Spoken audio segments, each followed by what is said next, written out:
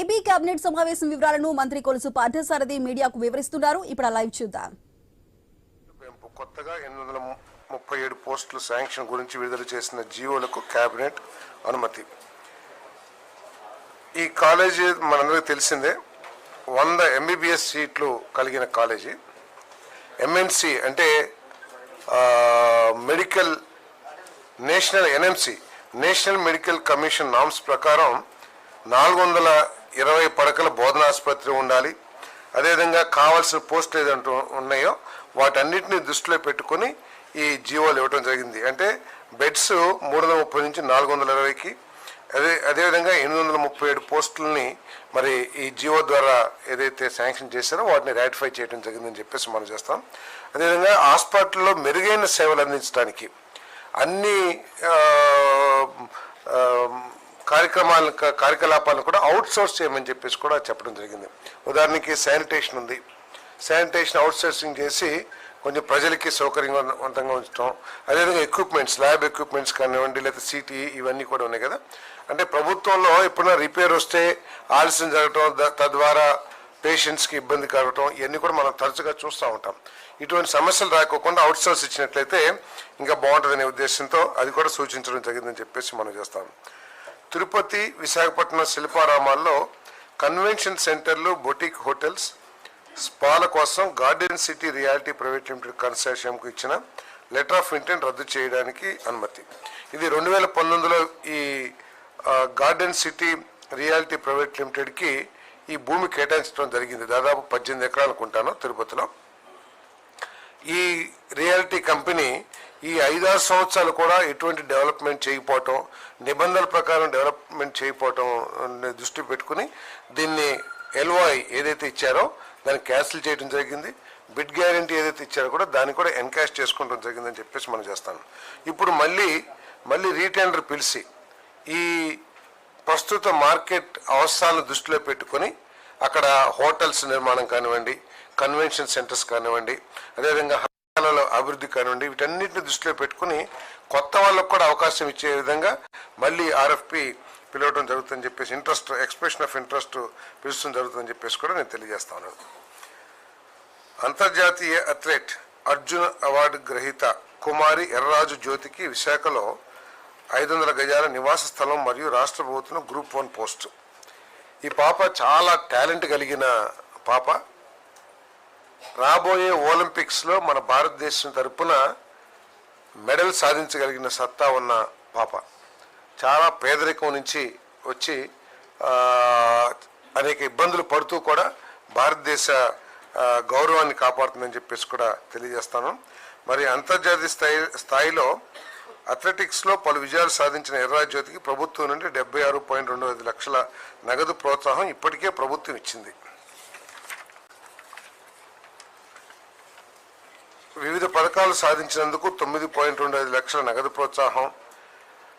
27 మే 2025 31 వరకు దక్షిణ కొరియాలో గుమీలో నిర్వహించిన 26వ ఆసియా అథ్లెటిక్స్ ఛాంపియన్షిప్లో పథకం సాధించినందుకు 8 లక్షల నగదు ప్రోత్సాహం.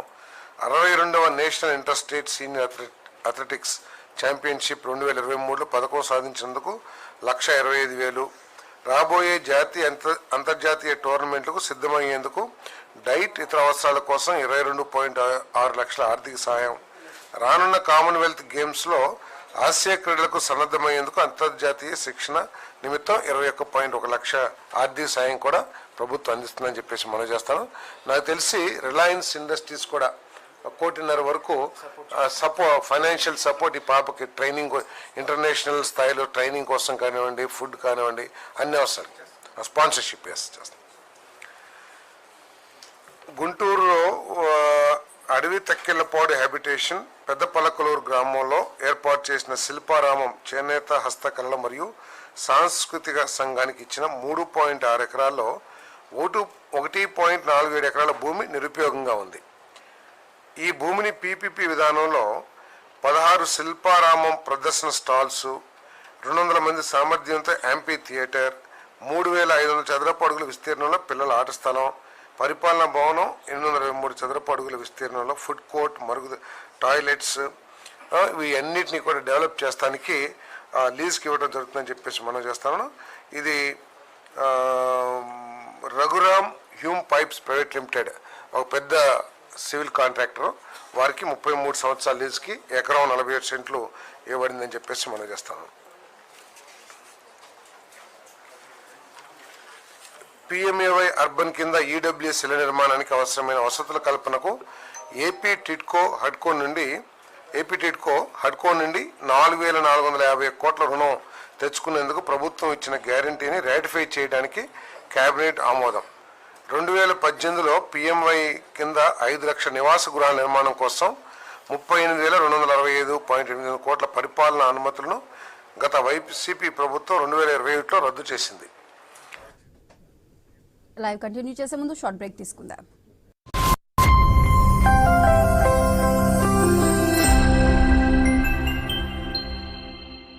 ఎవరిని రుద్దాలని మీ ప్లాన్? టాయిలెట్ ను. కానీ మనం డిటర్జెంట్ తో బట్టలు కదా ఉతుకుతాం. లేదు లేదు, టాయిలెట్ నే కదా శుభ్రం చేస్తున్నాం. అయినా కూడా అలిపోయిన మరకల. ఇప్పుడు కొత్తగా తలతల్లాడుతున్నా ఏమైనా? హార్పిక్ ఉందిగా, దీని చిక్కని ఫార్ములా డిటర్జెంట్ తో పోలిస్తే 10 రెట్లు ఎక్కువగా మరకలను తొలగిస్తుంది, పాలిపోయిన మరకలు తీసేస్తుంది. ఇంకా ఎంత మంచి వాసన. సరికొత్త టాయిలెట్ కోసం హార్పిక్ ఉందిగా.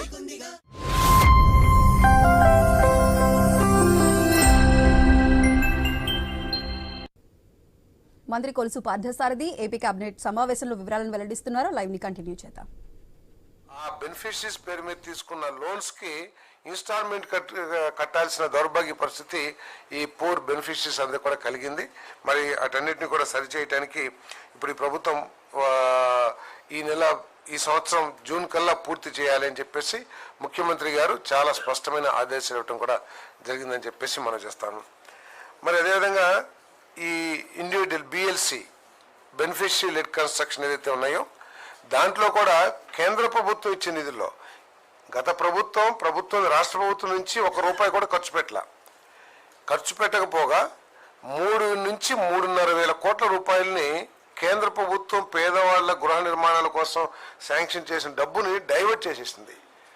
ఆ విధంగా కూడా మరి గృహ నిర్మాణానికి చాలా పెద్ద దెబ్బతీసింది అని చెప్పేసి కూడా నేను మనవి చేస్తాను. ఇప్పటికే పిఎంఏవై 1ఓలో దాదాపు 10 లక్షల అప్లికేషన్స్ కొత్త ఇళ్ళు కావాలని, ఇళ్ల స్థలాలు లేవని అప్లికేషన్స్ రావడం జరిగింది. మరి దాన్ని స్క్రూటినీ చేస్తుంది డిపార్ట్మెంట్. దాదాపు 7-7.5 లక్షల మందికి ఈ అర్హత కలవచ్చు అని చెప్పేసి కూడా భావిస్తాను. దాదాపు 2-2.5 లక్షల మందికి ఇళ్ల స్థలాలు కూడా లేవని చెప్పేసి కూడా సర్వేలో వచ్చినట్టు తెలుస్తూ ఉంది. ముఖ్యమంత్రి గారి ఆదేశం ఏమిటంటే వీళ్ళందరికీ కూడా అక్టోబర్ కల్లా పిఎంఏవై 1ఓలో ఉన్న గృహాలన్నింటినీ కంప్లీట్ చేయాలి. తర్వాత ఈ 7.5 లక్షలు కూడా టేకప్ చేసి బహుశా ఈ నెలలో కానీ వచ్చే నెలలో కానీ అంటే ఫిబ్రవరిలో కానీ మార్చిలో కానీ కేంద్ర ప్రభుత్వం నుంచి శాంక్షన్స్ వస్తాయని చెప్పేసి మేము భావిస్తాను. వాటిని కూడా టేకప్ చేసి 2029 కల్లా ఏ పేదవాడికి ఇల్లు లేదు లేకపోతే ఇళ్ల స్థలం లేదు అనే సమస్య లేకుండా చేయాలని చెప్పేసి కూడా ముఖ్యమంత్రి గారు ఈరోజు చాలా స్పష్టంగా ఆదేశాలు ఇవ్వడం కూడా జరిగిందని చెప్పేసి మనం చేస్తాను. అమరావతిలో వీధి పోటు ఉన్న ప్లాట్లకి బదులుగా వేరే ప్లాట్లు కేటాయింపునకు ఏపీ సిఆర్డీఏ కమిషనర్కు అధికారులు ఇవ్వడం మనందరికీ తెలిసిందే.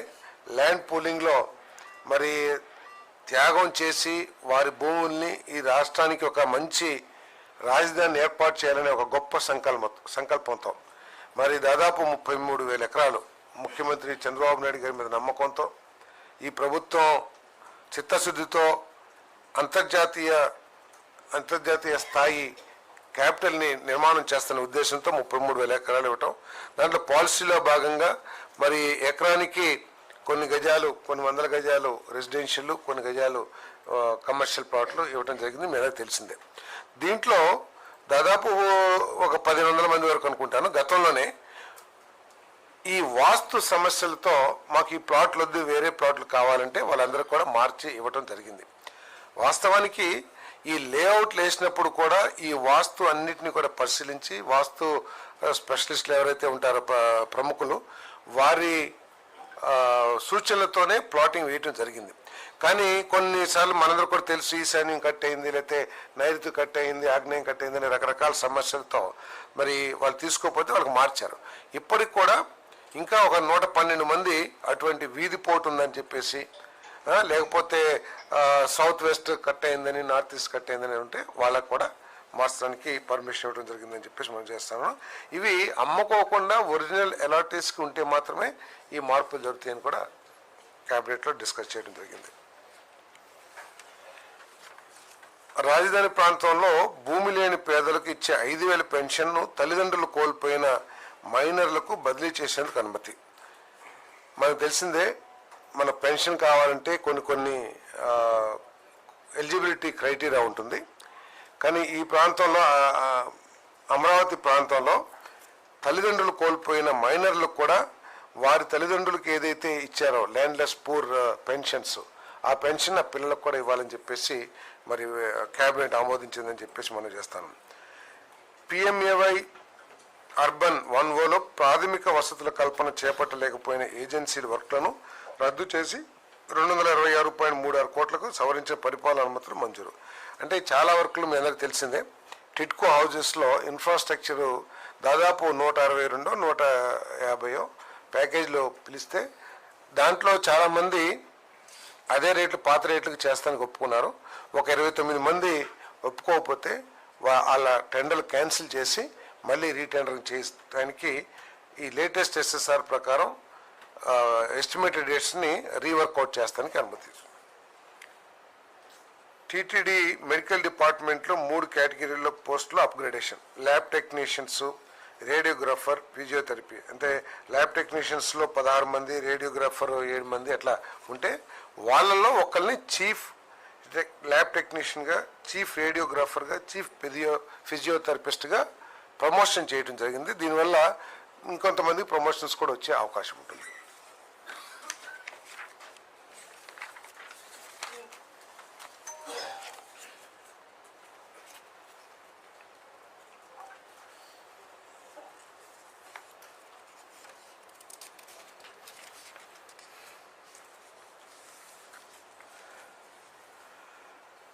షెడ్యూల్ కులాలు, షెడ్యూల్ తెగలు మరియు వెనుకబడిన వర్గాల సంక్షేమ కార్యక్రమాలకు సహకారం ఇవ్వటానికి బాండ్స్, NCDలు, కన్వర్టబుల్ డిబెంచర్స్ ద్వారా ఆర్థికంగా రుణం తీసుకుంటానికి ఏదైతే ప్రపోజల్ పెట్టిందో దానికి కూడా ఆమోదం తెలిపిందని చెప్పేసి మనం చేస్తాము. తిరుమల తిరుపతి దేవస్థానం అంటే ద్వారకా తిరుమలలో ఇప్పటికే ఒక 2 ఎకరాల స్థలంలో సాయిబాబా టెంపుల్ నిర్మించి ఉన్నారు.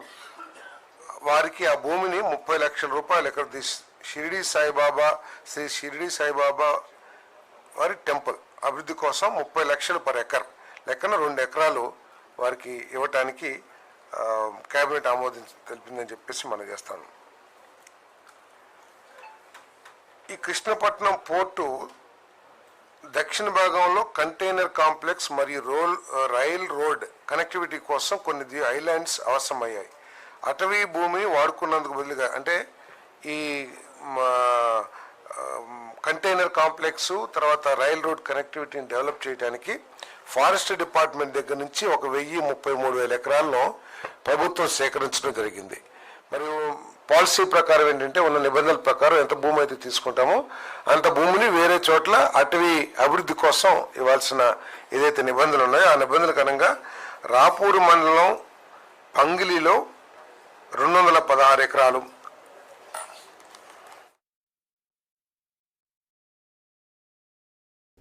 నెక్స్ట్ అప్డేట్స్ చూస్తే ఇక మేడారం మహాజాతర